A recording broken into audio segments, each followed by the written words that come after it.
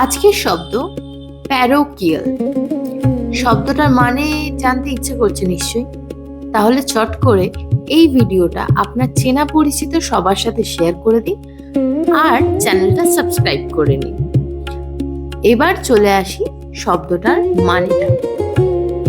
Parochial শব্দটা ব্যবহার করা হয় সংকীর্ণ মনস্কতা বোঝানোর জন্য। মানে আমরা যারা শুধুমাত্র নিজের ভালোটুকুই বুঝি, অন্যের বাড়িতে আগুন লাগলেও আমাদের কিছু যায় আসে না, ঠিক সেই ধরনের সিচুয়েশনকে বলুন বা সেই ধরনের মনোভাবকে বলুন, আমরা প্যারোকিয়াল বলতে পারি।